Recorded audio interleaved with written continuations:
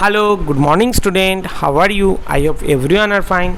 I am Sudipta sir and it is my last video from this chapter, right?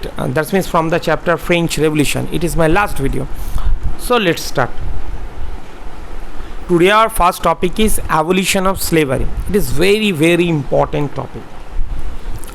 You know, one of the most revolutionary social reforms of the Jacobin regime or Jacobin club was the abolition of slavery in the French colonies.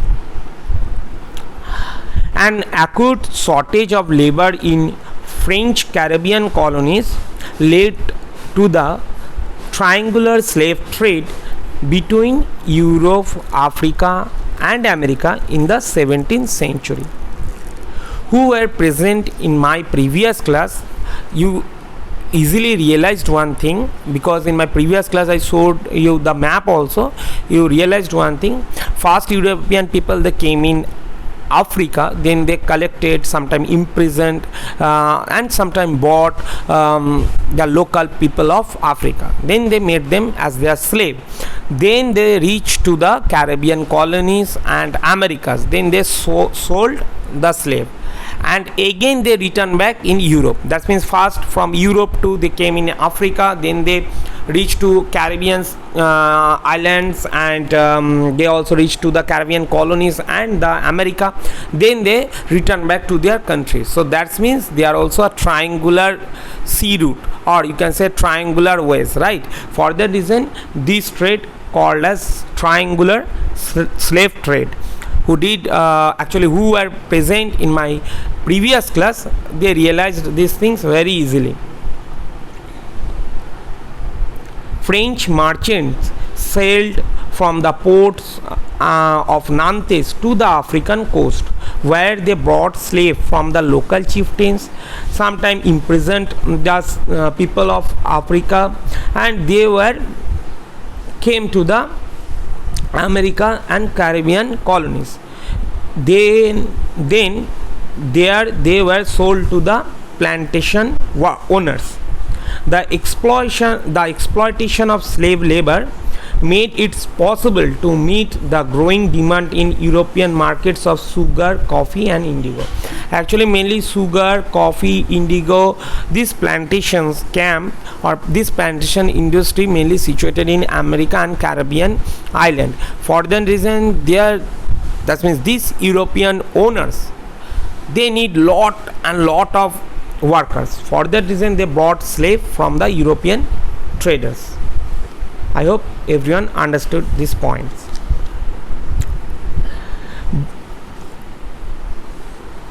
The slave trade began in the 18th century. The National Assembly held long debates about whether the rights of men should be extended to all French subjects, including those in the colonies. In 1794, they free all the slaves in French overseas area. That means Jacobin club, they also accepted this proposal. But once again Napoleon reintroduced the slavery, right? Once again Napoleon reintroduced the slavery, but finally slavery was abolished in 1848 from France and the French colonies. Okay, our next topic, the revolution and everyday life. Actually today we live in modern society, and modern society changed for three revolutions. One is French Revolution, second is Russian Revolution, and obviously third one is Industrial Revolution. These three revolutions mainly changed our society. So now you can ask me, sir, what is the importance of the French Revolution in our everyday life?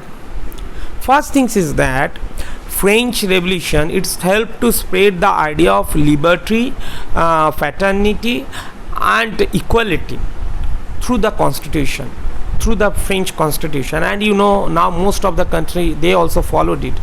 And French Revolution also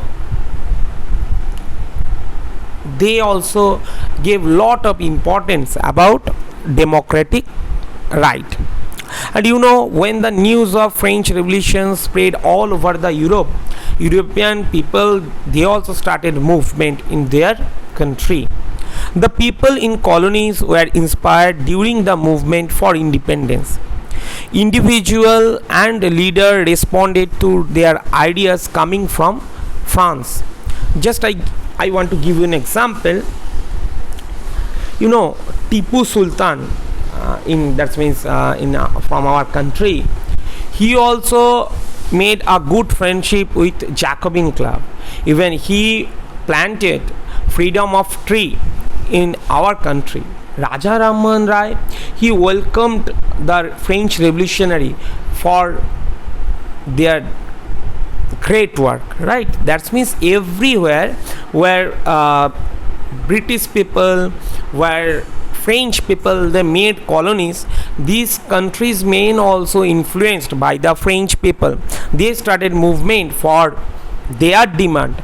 Okay, women's movement for voting rights and equal wages continue through the next 200 years.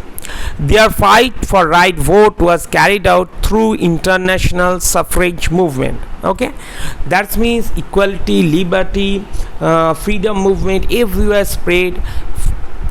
Rousseau, Voltaire, they are not only inspired the French revolutionaries, they inspired all the people in the world who started movement against the monarchical rule, or who started movement for their independence. They all are influenced by those great philosophers. Even you know, Indian revolutionary group, they also inspired by French revolutionaries. Okay, so that means you can say French Revolution changed our life. French Revolution changed our life, right? Because actually the ideas of liberty and democratic right were most important legacy of the French Revolution. These spread from France to Europe during 19th century, where feudal system were abolished. Colonized people, they actually started movement for freedom. They also started want to establish their own sovereign nation state. Tipu Sultan, Raja Ram Mohan Rai are two examples of individual who respond to their ideas coming from the revolutionary of France. That means one thing is clear now, everyone from the world, they actually influenced, maybe directly or indirectly, they influenced by the French Revolution. And for that reason we can realize one thing now, that means more than 60-70% country accepted equality, liberty and fraternity, this idea. Am I right or wrong? What do you think? Okay, give me the reply. Okay, now I want to say something about Napoleon Bonaparte. Who is Napoleon Bonaparte? Do you know? And what he did for France? Anyone know? Napoleon Bonaparte, you know, when directory system started to collapse, Napoleon Bonaparte, he came to the power. Okay, he came to the power, and then consulate system he introduced in France, and very soon he announced himself as the Emperor of France. But he also called as the son of French Revolution, because he came from third estate, but still he was Emperor of France. Before 1789 it was not possible in France, right? He also codified the law of France. It is called as Code of Napoleon. He established uniform system of weights and measure. He codified French laws. Even he started conquer other parts of Europe, and you know, he did a great work. He abolished feudalism from France. He abolished manorial dues from France. He established equality before the law, and he codified the law system also. But some people called him as the evil of French Revolution. Now the question is, why some people called him as the evil of French Revolution? Because French Revolution three hymns were equality, liberty and freedom, but he started to conquer so many part of Europe. Second, he imposed high tax on the peasant. Third, if anyone criticized the Napoleon, then Napoleon suppressed him or his ideas also. They were imprisoned behind the bar. They were brutally beaten by the soldier of Napoleon. Even Napoleon suppressed lot of movement which was happened against him.